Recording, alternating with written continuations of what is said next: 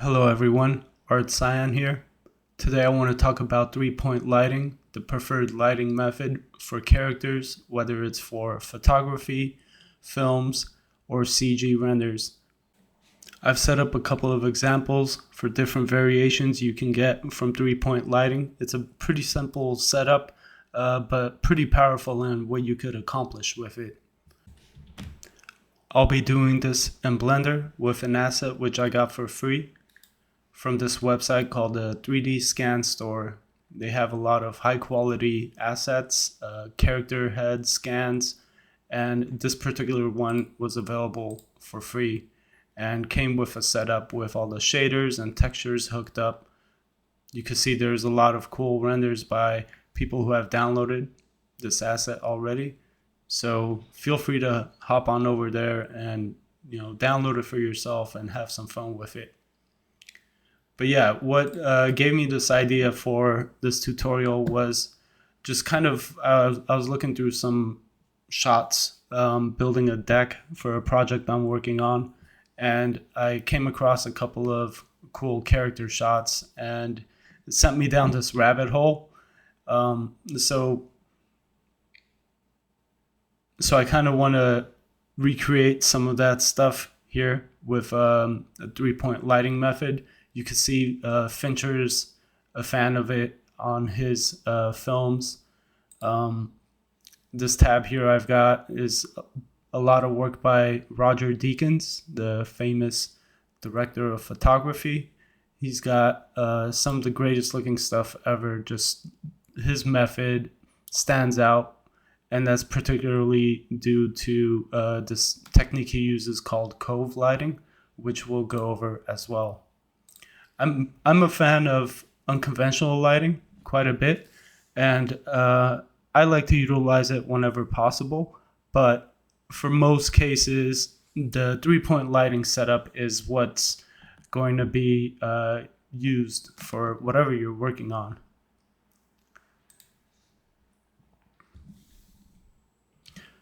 Let's check out this example. I like to call this the lazy method. Whenever I'm feeling pretty lazy, it's pretty fast and easy to use. It's basically area light with no textures, just solid colors, and really no directionality.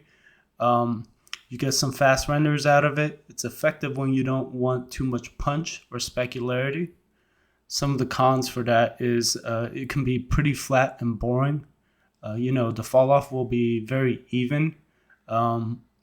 You'll get some sharp edges, which will make it really stand out poorly for reflections like on eyeballs and stuff. Let's see how that looks in Blender. So you can see that these lights are all purely flat colors, and they are all with a spread of 180 degrees. So it's pretty soft and diffuse. If we go to the top, that's your key light from one direction, your fill light from this other side, and then a rim light. And really your rim light could be here as well. Depends on how you want to go about it. But let's jump to the camera for a second. Let's toggle on this key light. It's nice and diffused. Let's toggle the fill light. Helps bring in some lighting, less contrast, and you've got your rim light. But you can see what happens is with the specular areas in particular, like this rim area, it's pretty flat and dull. Let's hop back to this presentation. This basic method, I'll just toggle real quick, before, after.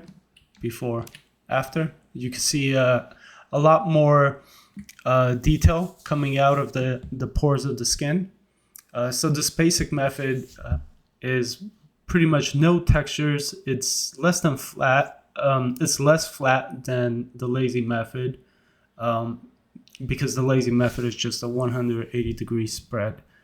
This method, you kind of bring it down to like 120 degrees, something like that, to get a bit more punch out of it.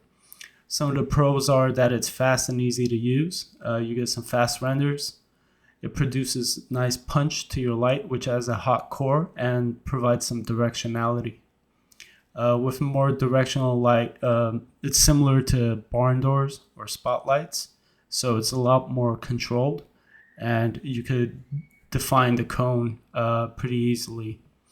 It's actually also, aside from character lighting, it's great for atmospherics due to the fall off it produces.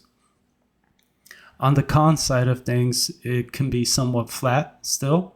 The more punchy you make the light due to the smaller spread, you'll end up getting sharper shadows, which at times might be undesirable. It brings out fine details really nicely. That should not be in cons. That's in pros. But one of the cons is also that it can have sharp edges as well. You can see here. So in Blender, let's toggle on the basic. Basically, you'll see that the spread here is not 180 degrees. It can be lower, more directional. This is really nice and punchy. So let me show you the difference here, right? So if we're at 180, it's pretty flat. Once you start bringing it down, you start to get this nice fall off, more core. And then if you're going all the way down to like a pure directional area, it's not going to look very good. But let's see if we can see that in the viewport. I don't think so, but maybe. No, you kind of don't see it. If you want to understand it, think of it as like this fall off of like a radial fall off of a hot core and bright white in the middle, and then black at the edges. That's sort of what it would be doing. The next method I like to use, I call it the good method. It's good enough. Is basically, it's actually great, but you use HDR studio textures of actual light sources in a studio environment, like softboxes, panels. Before I forget, let me actually show the ones I've been using. Sergey Aleynikov, I believe. Here we go. That's his website, alsense.net. So I purchased these textures from his store. He's got a variety of textures he scanned and taken photos of. And I definitely recommend you guys hop on over and purchase some of this stuff. It's cheap, it's inexpensive, and you're going to get like really, really good looking renders out of this stuff. Yeah. So let's hop back here. So some of the pros: realistic exposure and fall off. You will be getting realistic reflections because it's going to be an actual reflection of what the softbox or the umbrella was. You'll be getting softer edges. It won't be super crisp and sharp. I'll just toggle that. Might be hard to tell, but it's a lot nicer looking here. You will also get subtle variety in color and intensity in different parts of the texture. It's great for low light and bright lights scenarios because of the dynamic range it has. Performs well in directional manner and a flatter, spread out light source. And then obviously you could use it for gobos, which add character and which add character to your lighting. Some of the cons is that it can take longer to render. Every time you change a texture, you'll probably have to readjust the spread, the brightness, intensity, and whatnot. Sometimes you don't want to see the reflection of like a big umbrella on your assets reflections, But let's take a look in Blender.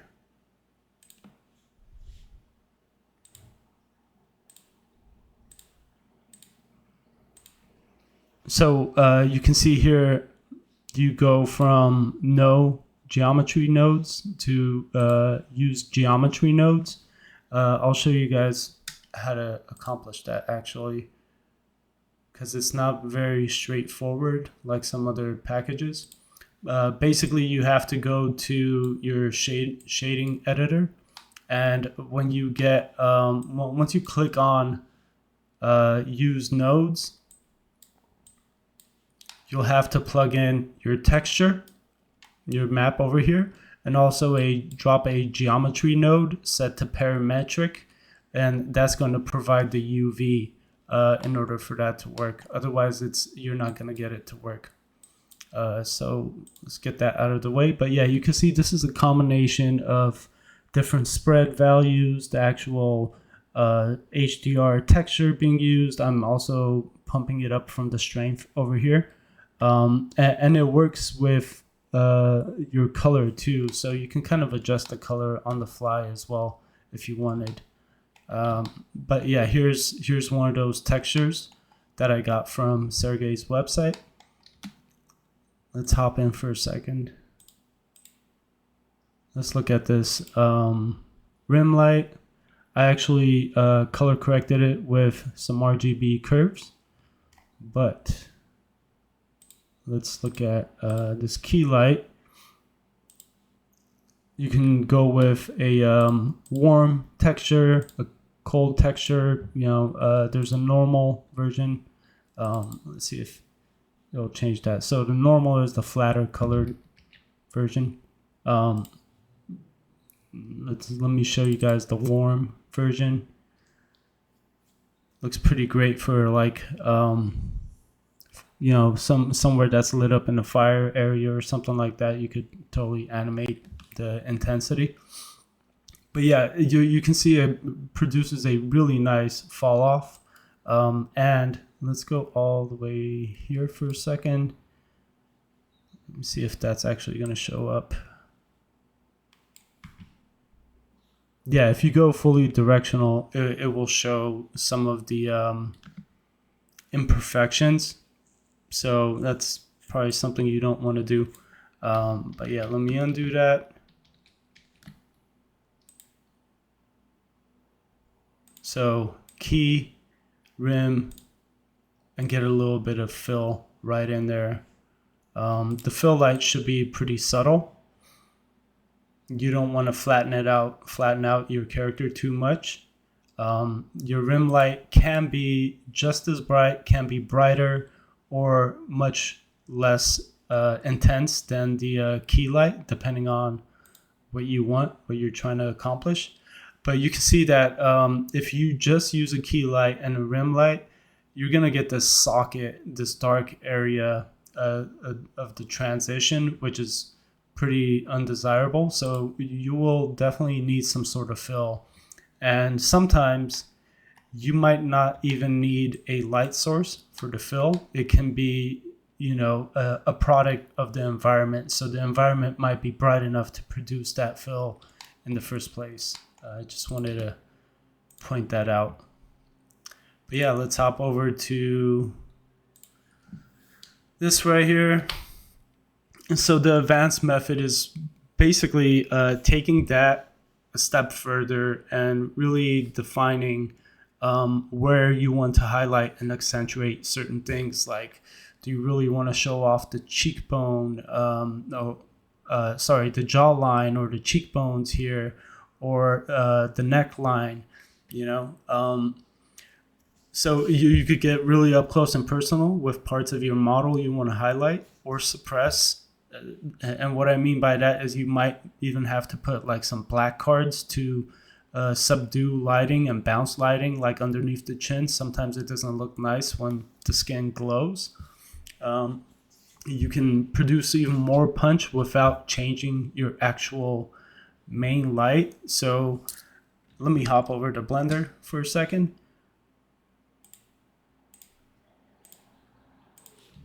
And what I mean by that is this is my rim light, but I can also have like a tinier, sourcier, extra light, additional light to kind of provide the super hot core.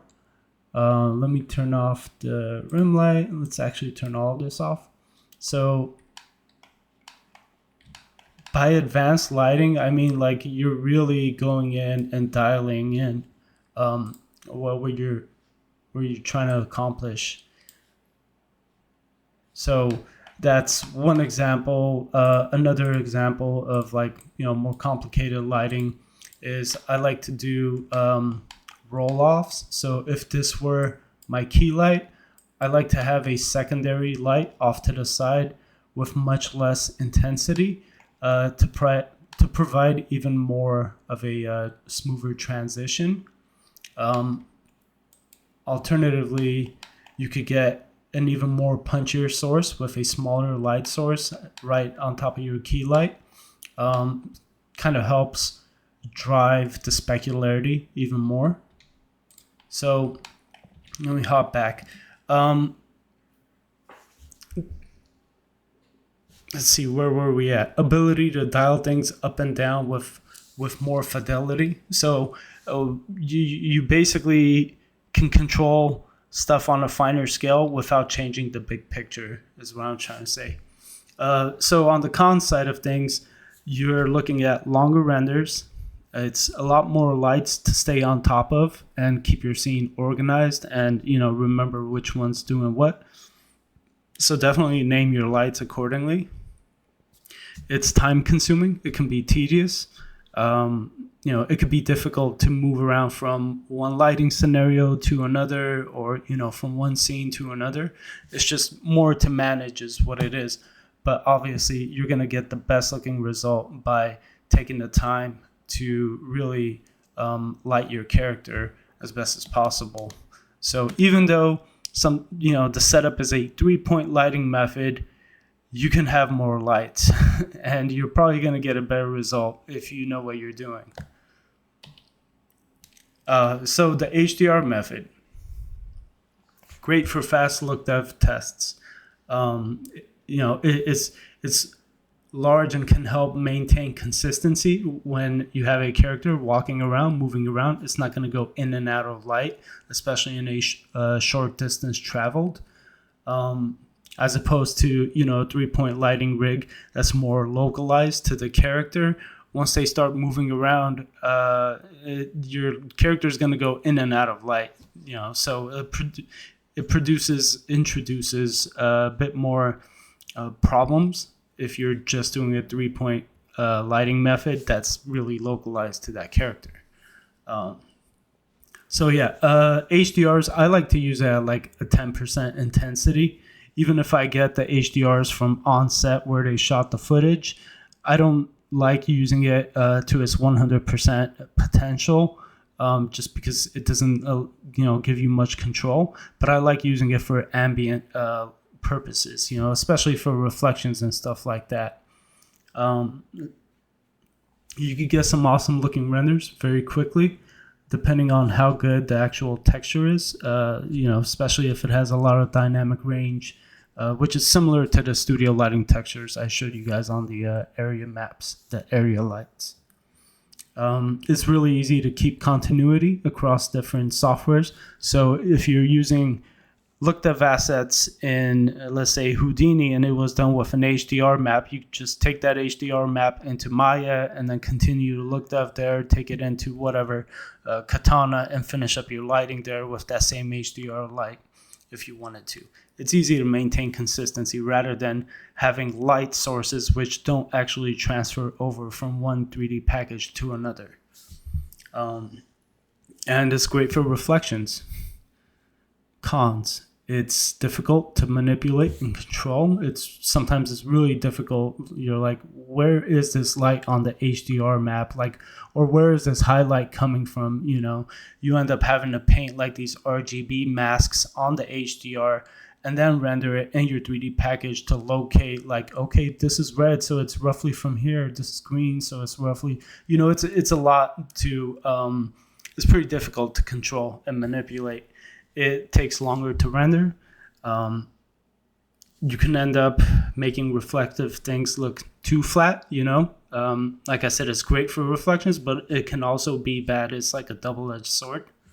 And obviously, there's not much room for customization. But what does that look like? This actual asset that came from the 3D scan store came set up with an HDR. Let me hop in here. Scene world. I need to turn this on. Window, shader, world. There we go. Let me connect this. Okay. Let me also turn off these two.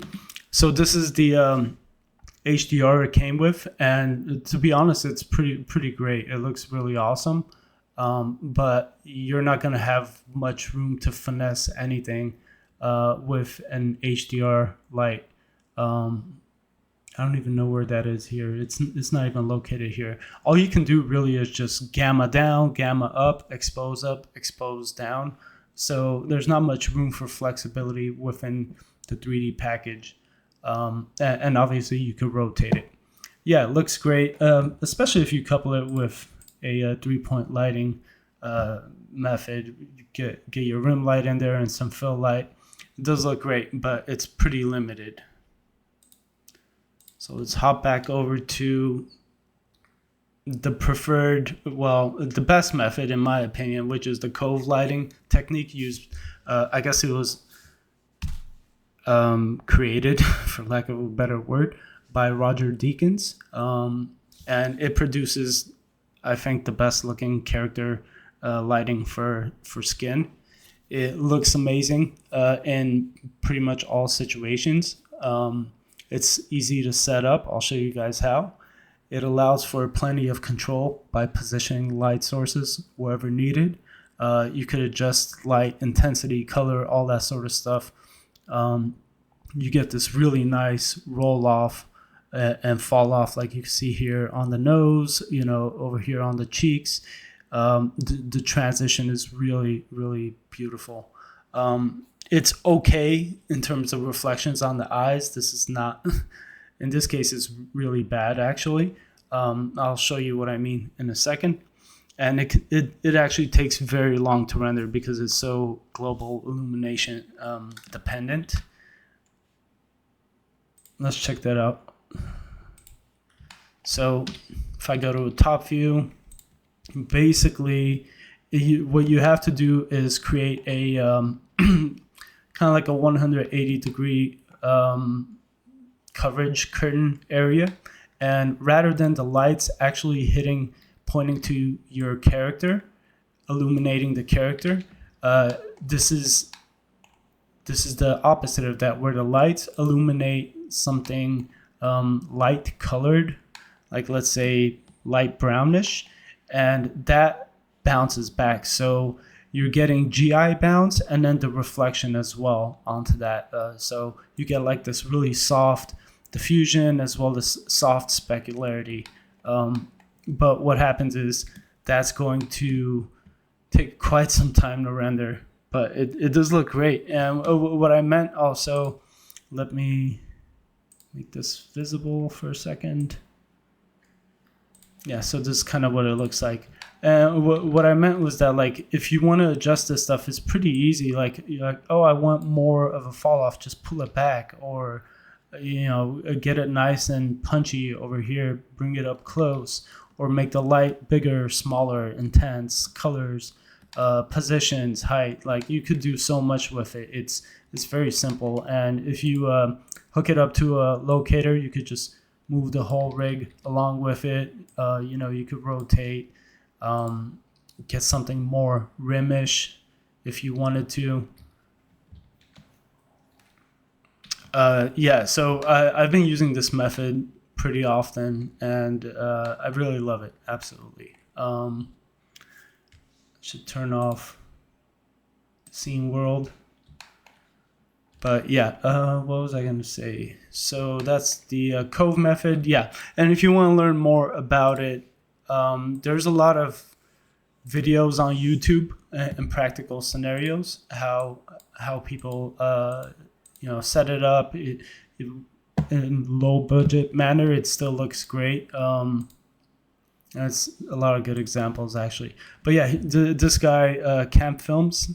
This is quoted from Roger, I believe. Says, "For me, a cove light is just a manipulation of a bound source into a concave shape, rather than my usual use of a series of flat panels." Series of flat panels. Yeah, thanks for repeating that. But yeah, here you can see this is the setup, and later on in the video you'll see that the lights actually shoot at the cove, and then that bounces back. Definitely recommend checking out his page, and there's a lot of good information. Let's go back to this presentation. So yeah, I'm gonna toggle. Some of these images I've been working with have been in a high contrast fashion, but like especially with these cove lights, this technique going even less contrasty, you get this beautiful realistic skin. This is a bit more on the flat side, but yeah, I mean, I think the images speak for itself. Here's a top-down view of the Cove light, basic 3-point lighting, and something more advanced, if you wanted it. Let me hop over here for a second. Yeah. By the way, Shot Deck is a great resource for referencing films and photography. But yeah, you can see this is very Cove light-ish. You can see, let me escape this for a second.